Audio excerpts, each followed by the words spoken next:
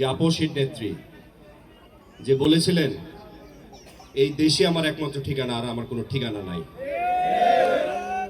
সেই আপসহীন আপনাদের প্রিয় নেত্রী, শুধু আমাদের প্রিয় নেত্রী নয়, আমাদের দলের নয়, যে 18 কোটি মানুষের প্রিয় নেত্রী, সে বেগম খালেদা জিয়ার আপনারা সৈনিক। আপনারা যেই নেতা, আমাদের বর্তমান বিএনপির চেয়ারম্যান জনাব তারেক রহমান, যে 17 বছর যে সংগ্রাম, যে আন্দোলনের নেতৃত্ব দিয়েছেন এবং যার নেতৃত্বে আমরা পেয়েছি 24-এর গণ অভ্যুত্থান, সেই নেতা আজ বড়ই একা। তার মা, ভাই, বাবা কেউ নেই এই দুনিয়ায়। তার পরিবার হচ্ছে আমরাই এবং এই 18 কোটি জনতাকে ভালোবেসে এবং তারেক রহমানকে ভালোবেসে সব বিভেদ দূর করে আমরা কিন্তু আজ ঐক্যবদ্ধ ও আরো শক্তিশালী ইনশাআল্লাহ। বিএনপিও কিন্তু ইসলাম বান্ধব দল এবং আমরাও কিন্তু ইসলামকে বুকে ধারণ করি।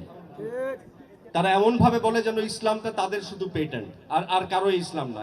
এটার মধ্যে কিন্তু একটা ফ্যাসিজম আছে। কিভাবে বলেন? কারণ আওয়ামী লীগ মনে করতো তারাই একমাত্র স্বাধীন করেছে, তারাই 71-এর পক্ষে, আর কেউ না। ঠিক তেমনি জামাতের ফ্যাসিজমটা বোঝার চেষ্টা করেন, মানে তারাও কিন্তু এক ধরনের স্বৈরাচার। কিভাবে? যে ইসলামটা শুধু তাদের আর কারো না। ঘটনা কিন্তু একই, মানে মুদ্রার এপিড ওপিড। তারা বলে যে একে দেখছেন ওকে দেখছেন, আমাদের দেখেন না। আমাদের দেখেন কেন ভাই? আপনাদের কি দেখি নাই? আমরা 71-এ দেখছি। 71-এ কি দেখি নাই? ইউনিভার্সিটি কলেজে শিবিরের কর্মকাণ্ড দেখি নাই? তাদের নামের আগে এক বিশেষ বিশেষণ যোগ হতো, কি জানি না আমরা সেটা। তো আমরা তাদেরও দেখেছি। এমনকি লোকাল পর্যায়ে তো তারা চেয়ারম্যান হয়েছে, তাদের কর্মকাণ্ড কি আমরা দেখি নাই? তাদের দুর্নীতি আমরা দেখি নাই? তাহলে এই কথাগুলো বলে যেন মানুষকে তারা বিভ্রান্ত করা ছাড়া আর কিছুই না।